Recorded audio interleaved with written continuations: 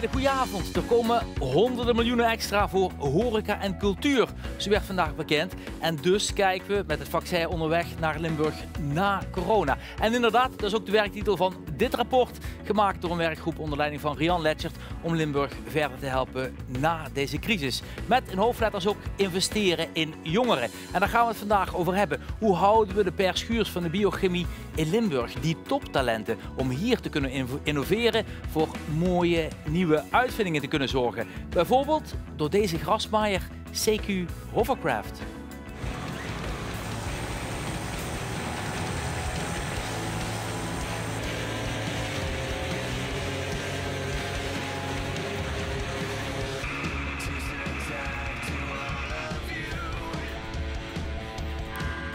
Ja, een keertje anders denken, kleuren buiten de lijntjes, innoveren. Daar gaan we het vandaag over hebben met Luc Lanclu. Hij stuurt het Gemmelot Innovation and Learning Lab aan in Geleen. En Rob Hoebe was vanochtend nog actief met Team 12. Jongeren die het beste uit zichzelf halen bij voetbalclub Fortuna Sittard. Wat kunnen we leren van zijn initiatief? Mooie voorbeelden dus uit de westelijke mijnstreek in deze nieuwe thema-aflevering. Vanavond gasten het rapport Letchert, Limburg na corona.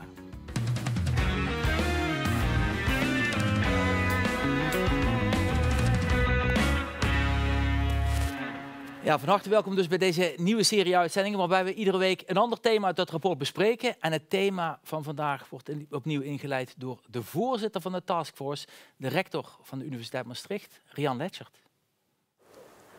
Een van de uitdagingen, maar toch ook kansen die we geconstateerd hebben, betreft onze jongeren. Wij moeten natuurlijk zorgen dat onze jongeren in de regio blijven, dat we hier voldoende mooie banen kunnen blijven creëren, zodat er ook echt een reden is om hier te blijven. En op dit moment zien we bijvoorbeeld een grote uitdaging rondom het creëren van mbo-stageplekken. Wat hebben we gedaan met verschillende partners, de handen ineengeslagen, om binnen onze eigen instellingen te kijken of we mbo-stageplekken kunnen creëren. En dat gaan we doen. Dat is ook een vorm van samenwerken in een brede alliantie waarvan je meteen het resultaat ziet. Ja, aanpakken dus, al dus de rector van de Universiteit Maastricht. En zo is er in dit rapport ook een hele mooie vermelding voor CHIL, dus dat Gemmelot Innovation and Learning Lab. Luc Lanclu, die is hier, die is inderdaad van CHIL. Van harte welkom, fijn dat u er bent. Wat doet u precies? Hoe komt u aan zo'n mooie plek in dat rapport? Ja, dat is 10 jaar hard werken geweest. CHIL staat voor innoveren, leren en samenwerken. En dat doen wij niet in een schoolse omgeving, maar op de Brightlands Gemmelot campus. Op diverse onderwijsniveaus. MBO, daar is Vista een belangrijke partner. HBO met de Zuidhogeschool en ook de universiteit is een partner van ons. En wij brengen die studenten in contact met het bedrijfsleven en in plaats van schoolse opdrachten te doen, werken ze aan innovatieopdrachten uit het bedrijfsleven. Dat kunnen Gemmelot-bedrijven zijn, dat kunnen MKB-bedrijven zijn. Een groot deel van onze klanten, want wij doen contract research, zijn de MKB'ers uit de regio. Ja, we gaan eens even kijken in Geleen. Hoe ziet het er dan uit bij CHIL?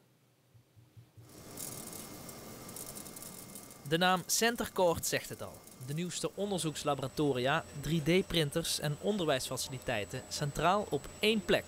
Kosten 45 miljoen euro.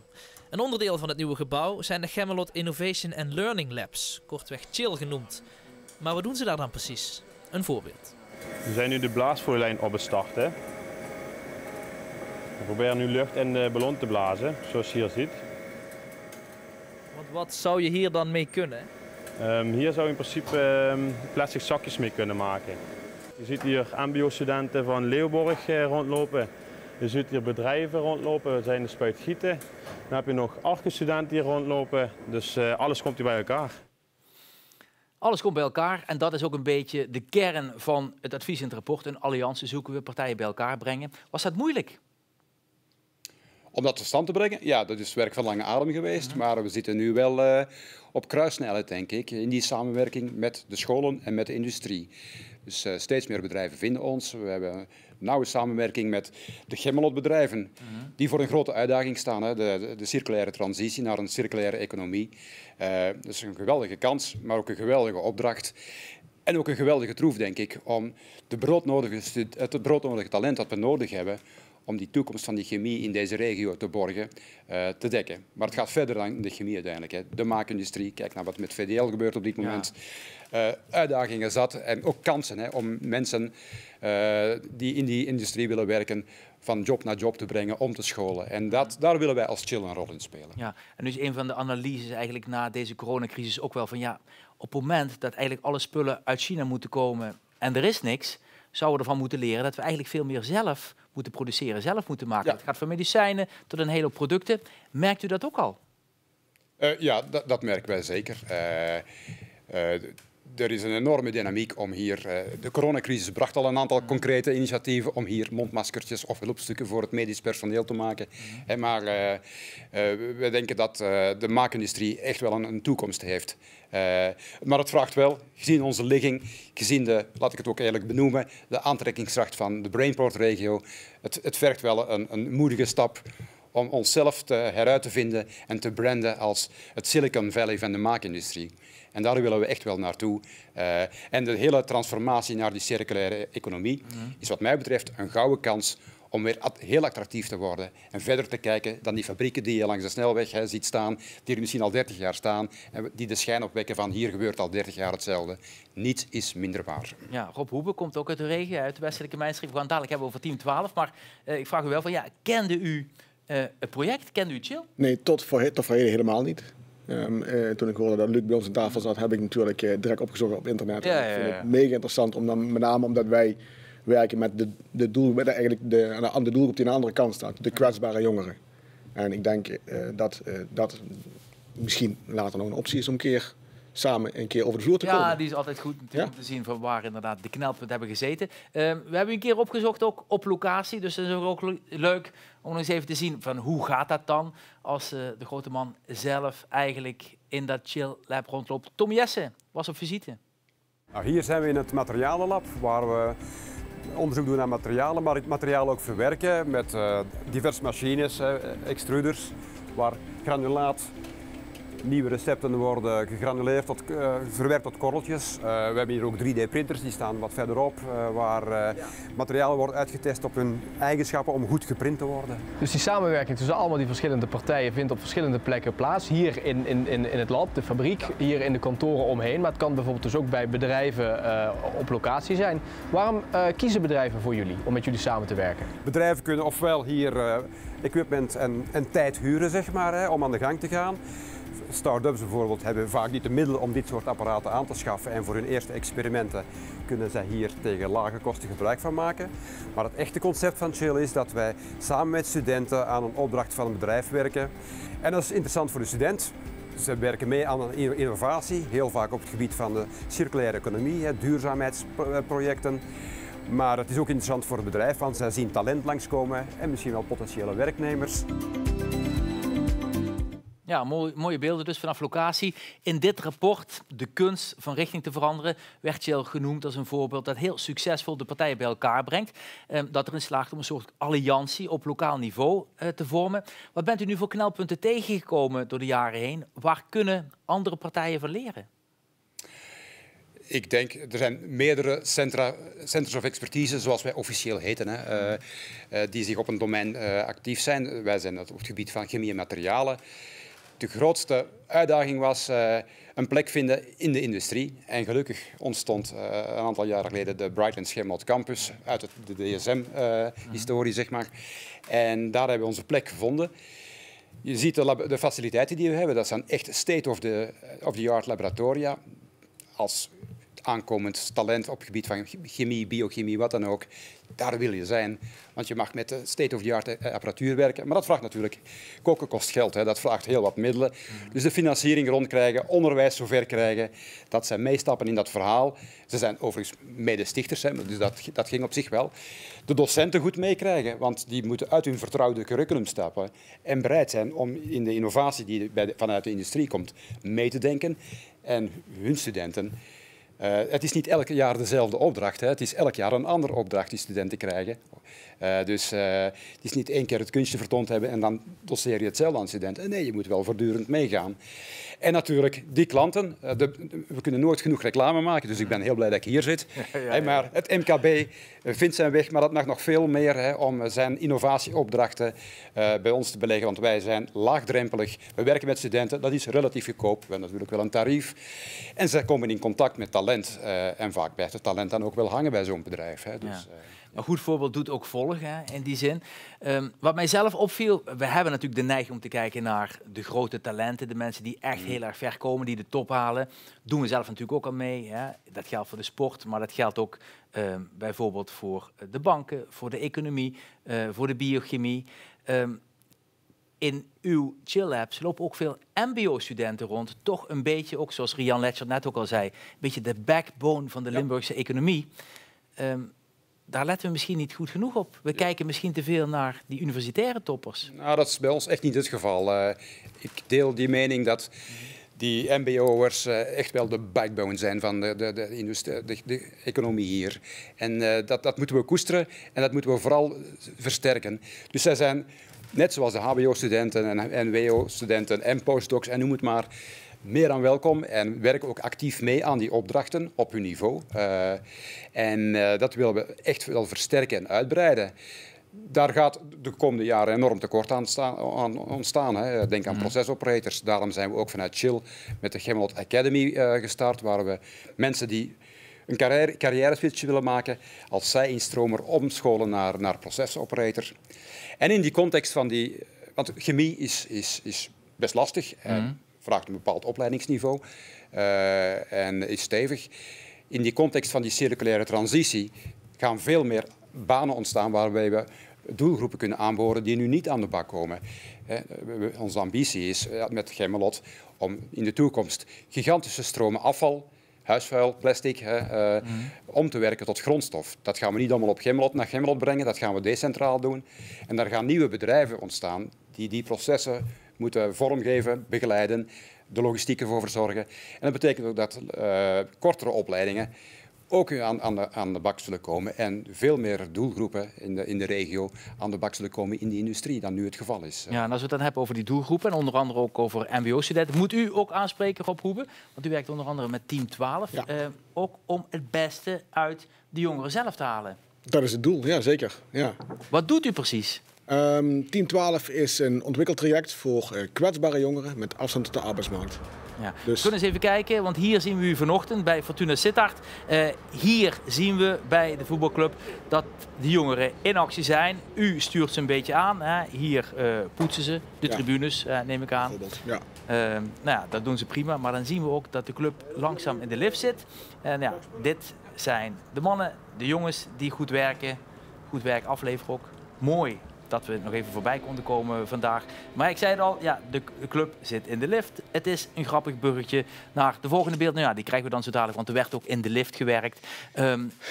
Wie zijn die mensen? Wie zijn die jongeren waar jullie mee spelen? Ja, het zijn pro-VSO-jongeren. Jongeren die van speciaal onderwijs afkomen, praktijkonderwijs afkomen. De doelgroep is eigenlijk de jongeren die voor 2015, voor de ingang van de participatiewet, naar de sociale werkvoorzieningen gingen. Nou, die zijn opgegeven. De politiek in Den Haag verwacht dat die jongeren gaan deelnemen aan de maatschappij, terwijl ze nog lang niet klaar voor zijn. Met als gevolg dat die jongeren beginnen aan een baantje, 2-3 maanden later weer op straat staan en dat 3-4 keer lang super gefrustreerd raken. En zeggen van dan doe ik me niks meer. En dan gaan ze thuis zitten met alle gevolgen van dien. En dat is eigenlijk wat wij willen voorkomen door hun te ontwikkelen in een sportomgeving en voor hun een inspirerende omgeving. Ja, want het Team 12 dat loopt bij de voetbalclubs. We gaan dadelijk even kijken bij VVV Venlo. Ja. Maar jullie doen bij Fortuna Sittard. Waarom bij de voetbalclub? Dat heeft geen specifieke reden. Wij zijn begonnen met een pilotproject in Venlo. En daar hebben we VVV destijds voor uitgekozen. Ondertussen zijn wij overgegaan naar Stichting Special Heroes. Die zitten landelijk. En die hebben al het idee geopperd om ook een Team 12 cultuur te gaan doen. En een Team 12 muziek te gaan doen. Of een Team 12 horeca te gaan doen. In ieder geval dat er voor iedere jongere dadelijk wat te kiezen valt. Ja, maar ik kan me wel voorstellen dat het fijner is voor de jongeren om de tafeltjes schoon te maken bij Fortuna Sittard dan in de kantine van de Albert Heijn bijvoorbeeld? Ja. Dat is ook een... Toch ja, zeker. Je zit in een inspirerende omgeving. Een omgeving die met die jongeren voornamelijk kennen van de televisie. En dan met name dat groene grasmatje waar 22 poppetjes over rennen van het dingen van links en rechts. En die in hun ogen klauwen voor het geld verdienen. En dat is iets waar ze zich graag aan willen spiegelen. Ja, inderdaad. Dat is zeker waar. Goed, het initiatief komt dus uit Venlo. Daar werd het gestart door een vader die zelf kinderen had waarvan hij dacht van ja... Die zijn eigenlijk nog niet klaar met ontwikkelen. Die willen eigenlijk nog veel verder. Maar de weg houdt hier een beetje op. Ik moet er zelf iets aan doen. En dat deed hij. Ik heb mijn oudste zoon, die zat op het speciaal onderwijs. Bereikte de leeftijd dat hij van school af moest. En ik constateerde eigenlijk dat er geen passende voorzieningen waren voor hem. Waar hij zich nog kunnen doorgaan met zijn ontwikkeling. Ik ben van mening dat die jongeren niet met 18 jaar al klaar zijn. Maar dat die echt het recht hebben om ook tot hun 26e door te kunnen gaan. Onderhoud, schoonmaken, verven, dus voor alles een beetje leren. Ik vind het hartstikke leuk om lekker te werken, lekker klusjes te doen. Maar wij draaien het om, wij redeneren vanuit de jongeren. Die staat centraal. We gaan op zijn tempo, naar zijn wensen en proberen door deze omgeving hun te prikkelen en te stimuleren om vooral ook deel te nemen aan de maatschappij. Ja, deelnemen aan de maatschappij, daar gaat het dus om in dit initiatief. Team 12 dus ook bij Fortuna Sittard. In het rapport van de commissie Letchert wordt gesproken over het optimaal benutten van de talenten van de jongeren. Dat is eigenlijk precies wat jullie doen. Moet je aanspreken. Dat is eigenlijk precies wat wij doen, ja, zeker. Het zijn jongeren die zijn natuurlijk, die worden heel snel vergeten doordat ze enige vorm van beperking hebben. Zij het in gedrag, zij het in cognitie, zij het, noem maar op. Een stukje autisme. Dus ze kunnen al gauw niks of niet zoveel als die anderen. En ik durf het tegendeel, dat durf ik gewoon te beweren. Terwijl ze hebben allemaal hun eigen talenten. En het is aan ons om samen met de jongeren uit te zoeken, waar ligt jouw talent, waar ligt jouw sterke kracht? En waar kun jij de maatschappij van dienst zijn? Nu gaat Team 12 nog uitbreiden. Ik begreep onder andere naar NEC, naar RKC. Ja. Nog meer plekken? Ja, er zijn een tal van clubs die het voorbeeld willen volgen. Natuurlijk ook met dank aan Marco Bogers van VVV die ons steeds hoog houdt bij de bijeenkomsten van de Eredivisie. En de ADO Den Haag is een club die heeft geïnformeerd. Heracles heeft bedoel de Graafschap, sorry, moet niet door elkaar halen. En ik geloof zelfs Twente of Groningen, die naam heb ik al horen vallen, dat die interesse hebben getoond. Ik hoor geen Roda en ik hoor ook geen MVV. Helaas, ik weet het niet. Nee. Ja, weet ik misschien naar deze uitzending. Ja, dat zou inderdaad best kunnen. Maar goed, als we het dan hebben over het benutten van de talenten. We hadden het net al ook over de mbo'ers die ook rondlopen in uw innovatielaboratoria bij Gemmelot. Heeft u genoeg aanwas? Want dat is natuurlijk ook een groot probleem. We hebben zoveel mensen nodig, zoveel jongeren. Ja. Dat is een uitdaging. Demografisch is Limburg wat het is, hè? Met een behoorlijke vergrijzing. Ja, ook met een vergrijzing inderdaad. Ja, absoluut. En als ik naar Gemmelot kijk, ja, daar gaat heel veel kennis dadelijk uitstromen. Dus het is echt zaak om dat op peil te houden. Dus wij doen heel veel inspanningen en gaan meer inspanningen moeten doen om jongeren in de regio geïnteresseerd te maken in techniek in brede zin. Hè? Want ik heb het nu over Gemmelot, maar het is breder dan dat. Maar vooral ook als regio echt onszelf te branden als een plek waar het goed is om te wonen, te leven. Dus het goed samenwerken met besturen, gemeentes, om daar initiatief te nemen. En met een bruggetje naar wat u doet. Hè, ook te zorgen dat het plekken zijn in buurten waar het misschien niet zo leuk toeven is, dat daar initiatieven aan staan waar iedereen betrokken geraakt in die gemeenschap. Daar de juiste dingen te doen en op die manier leefbaar te worden. Dus het is meer dan een baan, hè. Het is ook wonen en leven. En ja, goed, voor mij is het geheim nog altijd samenwerkingen starten, kleinschalig beginnen, succesjes tonen, dat heeft u ook gedaan. En dan vervolgens trekt succes aan. Dus dan vind je wel partijen die zich daar willen bij aansluiten en kan zo'n initiatief steeds verder groeien. En zo is Chill ook begonnen. En wij hopen dat wij de recepten die wij bedacht hebben van hoe je met studenten innovatie kunt doen, dat we dat over veel meer domeinen kunnen gaan doen op de diverse niveaus. En op die manier een unieke propositie hebben naar jongeren, ook buiten de regio. Ja, of mensen die al een baan hebben. Dat klinkt natuurlijk geweldig ambitieus. Als we kijken naar de Universiteit Maastricht bijvoorbeeld, hebben we gezien dat door de jaren heen daar ondertussen veel meer studenten vanuit het buitenland naartoe zijn gekomen. Hè. Ondertussen meer dan 50%, meer dan de helft van de studenten, komt uit een ander land dan Nederland. Heeft u dat ook? Beperkter. HBO, MBO is toch iets, ik zal niet zeggen onder de kerktoren, maar het is toch wat meer regiogebonden. Maar we hebben best wel buitenlandse studenten die hun weg naar hier, ja, nu met corona iets minder, hè, maar de voorbije jaren, die de weg naar ons vinden. Ik vind dat de universiteit daar een buitengewone job doet, want de science faculteit, die dan dicht bij ons staat, en dadelijk circular engineering wat daar op gang komt, ja, dat door de propositie die ze hebben, dat is een redelijk libertair, zeg maar. Hè. Je kiest een paar keuzevakken, voor de rest is het heel vrij. Heeft internationaal een enorme aantrekkingskracht. Het enige jammer is dat heel veel van die jongeren ook weer vertrekken na hun studies en nog niet ervoor kiezen om in deze regio hun loopbaan verder uit te bouwen. En, ja. Maar in Maastricht zitten dan ontzettend veel Duitse studenten. We zitten bijna bij het smalste stukje Limburg als we kijken naar die Gemmelot laboratoria.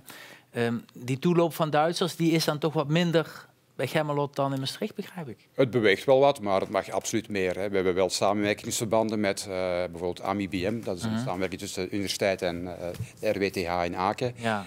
We werken ook met scholen aan de Belgische, ik kom zelf uit België, hè, aan de Belgische kant. Dus die samenwerkingen zijn er wel, maar de doorstroming van studenten mag best nog wel wat breder en forser. Ja, we hadden het net al even over Brainport Eindhoven, de regio in Zuidoost-Brabant, die zich eigenlijk na de problemen bij Philips en bij DAF echt op de kaart heeft gezet. En die ook wel een voorbeeld is voor de regio Zuid-Limburg, die met dezelfde problemen kampte na de mijnsluitingen. Roger Dassen, de financieel directeur van ASML, heel belangrijk chipbedrijf in de regio, die sprak afgelopen jaar hier op een bijeenkomst in Heerlen over de mijnen en de mijnsluiting en hoe het dan verder moest. En die zei, Limburg zou zich eigenlijk juist moeten spiegelen aan die Brainport Eindhoven. Zich realiseren in de jaren 90, toen heeft Philips zijn operatie Centurion uitgevoerd. Dat betekent dat meer dan 50% van de arbeidsplaatsen van Philips in de regio die verdwenen. DAF ging kopje onder in die periode. Dus inderdaad, het was heel erg vergelijkbaar, denk ik, met wat we hier in de jaren 60 en 70 hebben meegemaakt met de mijnsluiting. De regio Eindhoven pakte zich samen. Verschrikkelijk, verschrikkelijk. En daar zou Zuid-Limburg zich aan moeten spiegelen. En dan niet alleen in notities en beleidsstukken. De echte leiders moeten achter de samenwerking gaan staan. Ja, dan moet je er ook een chefzagge van maken. En met chefzagge bedoel ik dat dan de leiders van de instituten die dit moeten drijven, dat die zich daarvoor verantwoordelijk voelen. Dus dat burgemeesters zich daarvoor verantwoordelijk voelen, dat een CDK zich daar verantwoordelijk voor voelt, dat de CEO's van de bedrijven die de spil vormen van het ecosysteem, dat die zich daarvoor verantwoordelijk voelen. Als je dat niet doet, als je niet op dat niveau belegt, dan wordt het uiteindelijk niet het succes, is mijn eigen ervaring, dat je kunt bereiken als je dat wel doet. Ja, het woordje chefzagge, dat staat hier niet in, maar verder inhoudelijk komt het bijna precies overeen. Partijen moeten zich samenpakken, een alliantie om Limburg wat verder te brengen. U zit dan bij Gemmelot. Lukt dat de laatste jaren? Dat is een proces geweest van ooit een keer DSM, één bedrijf, naar nu meer dan 100 bedrijven, of 110 bedrijven op Gemmelot. Hè. Dat ja, maar ook een beetje qua gemeente, qua regio, qua provincie. Ja, over de grens. Ik denk dat wat afgelopen jaar is gebeurd rond de awareness van fossiel is eindig. Dus Gemmelotbedrijven op basis van nafta en aardgas, dat heeft zijn langste tijd gehad. We hebben ook een CO2-uitdaging. Hier moeten wij samen gaan werken en dat gaat verder dan de grenzen van Gemmelot. En daarom is er een samenwerkingsverband ontstaan tussen de gemeente, de provincie, de onderwijsinstellingen en de Gemmelotbedrijven om die toekomst bij de kop te pakken en gezamenlijk naar buiten te komen met de Gemmelot Circular Hub, wat recent publiekelijk is gemaakt. En daarmee naar Europa te gaan van kijk eens wat wij kunnen bijdragen in de New Green Deal. Kijk eens wat wij kunnen doen voor de groei in Nederland en uiteindelijk ook de welvaart in deze regio. Het vraagt natuurlijk heel veel middelen. En daar proberen we nu echt de juiste stappen in te zetten. Maar de ambitie en de wil is er nu. En die coalitie is nu wel gesmeed om dat bij de kop te pakken. Wat is de belangrijkste les voor u uit dit rapport? Uit je verzuilde koker komen, uit je bedrijf komen en de samenwerking opzoeken. De enorme snelheid waarmee de dingen gebeuren veroorzaken dat. De turbulentie waarin we verkeren veroorzaakt dat. Een jaar geleden waren we ons grote zorgen aan het maken van waar vinden we de mensen. Vandaag worden veel mensen op straat gezet. Hoe bouwen we nu samen iets robuust? En want samenwerken is wel een van de strategische lijnen van dat rapport. Hè. Ja. Dat is toch wel de name of the game. Je eigen belangen overstijgen en die samenwerking opzoeken om iets te creëren wat in de kern robuust is, maar aan de buitenkant voldoende bewegelijk, agile is om met al die veranderingen om te gaan. En dat heeft deze regio heel hard nodig. En met regio bedoel ik de EU-regio. Ja, en het rapport heeft heel nadrukkelijk ook over een brede definitie van welvaart. Dus niet alleen de economie, de centjes, maar ook de solidariteit samen. Dat moet u aanspreken vanuit 10-12. Ja, zeker, tuurlijk. Kunt u ons nog een goede les leren?